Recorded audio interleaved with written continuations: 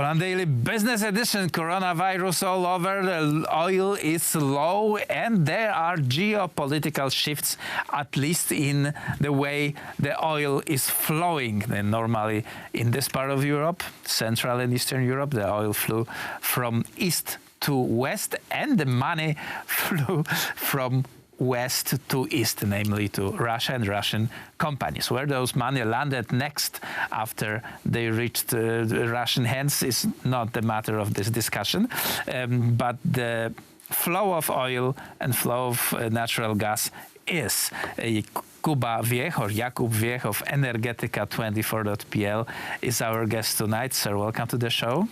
Hello. So, we have new development. Despite the coronavirus crisis, the country of Belarus decided or is following the American idea to purchase the oil not from Russia, but from America. Can you elaborate on this topic? Well, yes, for Belarus, for Lukashenko, the oil is crucial to secure the sovereignty of the country. Oil is being used by the Russians to put a pressure on Belarus to realize the Vladimir Putin's plans of incorporating that country to the Russian Federation. And we all saw what happened in the first days of January 2020, when, due to the fact that Belarus and Russia could not make any more next steps in the discussions regarding new delivery contracts and transit contracts on oil, then the Russians just stopped their supplies to the Belarus, and the refineries in Mozys and Novopolotsk started to use the reserves. It was very problematic for Lukashenko, for Belarus, because the sales of the petroleum products are very important for their budgets. So now Lukashenko is trying to make whatever he can to find some new ways of supplies of oil to Belarus. And Poland is very important country on this that plan, because we do have infrastructure that is it's possible to be used as a way of supply. I'm talking about the Przyjaźń pipe, and as Polish utility PERN said, we are now trying to construct the way of flow of the oil to that pipe, that it will be able for Poland to get oil from the east and simultaneously send it to Belarus. It's not possible right now, but we are working to make it happen. And what all happens here is the effect of the words by U.S. Secretary of State Mike Pompeo. And he said in Minsk during his visit in Belarus that the U.S. are ready to secure 100% of Belarusian oil consumption. It's a very important declaration made in the capital city of Belarus. And I'm pretty sure that the Russians are watching very closely what's going on Belarus, because they're treating that country as their own, actually. No wonder Belarus is the next country to Russia, and the city of Smolensk is like 20 kilometers from the Belarusian borders. It actually is considered by many Belarusians a Belarusian town. Let me summarize that situation in sort of very crude way. Vladimir Putin in Russia was keeping Mr. Lukashenko, president of Belarus, on a leash, and the leash was constructed of the oil prices. They sold oil to Belarus with huge discount, allowing the Lukashenko to make gains or make money on selling the oil to their own people and abroad. With the political discussion between the Russia and Belarus, the Russians decided to cut that opportunity, and Mr. Lukashenko decided to leverage and cooperate with Americans. With the low oil price, the Lukashenko is in much better situation than he was in last December. Is that correct, what I said?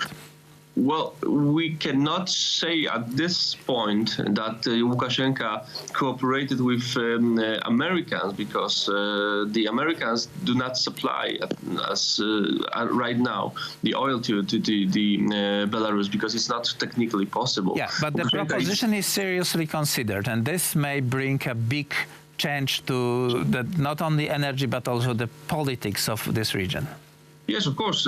Every single source of supply that is not Russian, when it comes to oil on Belarus, actually changed the situation of that country in the political play with Kremlin.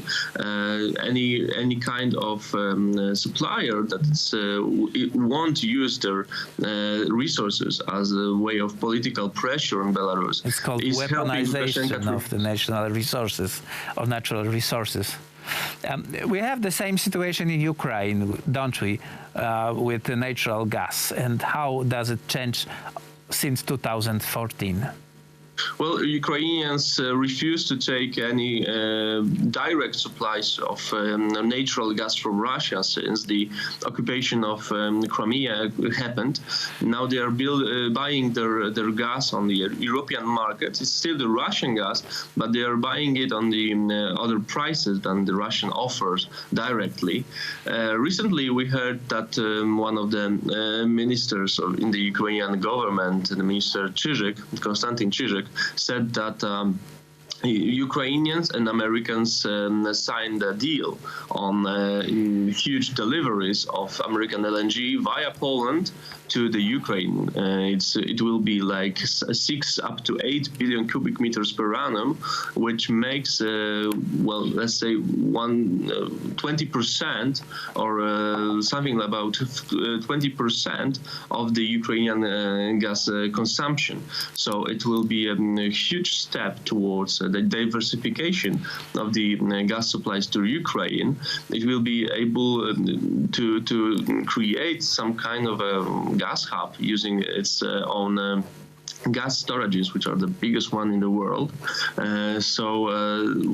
Poland may benefit from that deal due to the fact that we are practically the only way to deliver this amount of gas via our terminal that is now currently operating in Świnoujście, and the other one that will be building soon in near Gdańsk.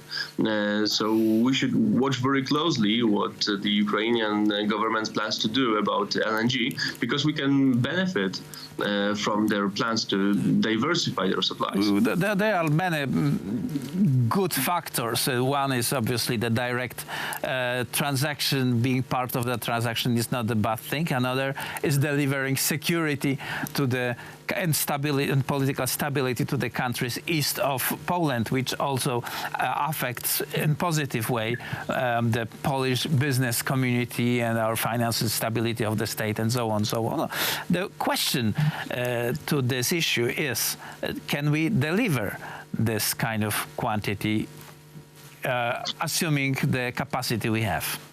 Right now, we can't. We can, due to the fact that our interconnectors with Ukraine are too poor to send this amount of gas yearly. We are not able to receive that amount of gas via our terminal that's now operating in Świnoujście, but we are making it more the capacity of the terminal in Świnoujście greater to make sure that it will be able to get some additional deliveries, not only the one that are now being contracted with our partners from Qatar and United States.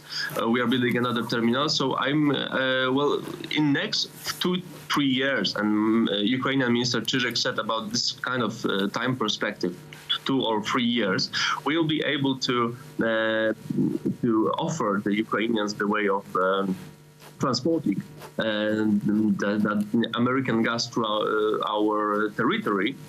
So we will be crucial for the Ukrainian state as a gas supplier.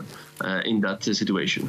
And the good cooperation builds bonds between the countries and the people, and let's hope so. This will be the case this time between Poland, Ukraine, Poland and Belarus. Very important developments that may really change in terms of years, but not many, 5 years, the situation on Central and Eastern Europe. Jakub Wiech, energetyka24.com or energetyka24.pl is our guest, and that was it for Poland Daily Business. Sir, thank you very much.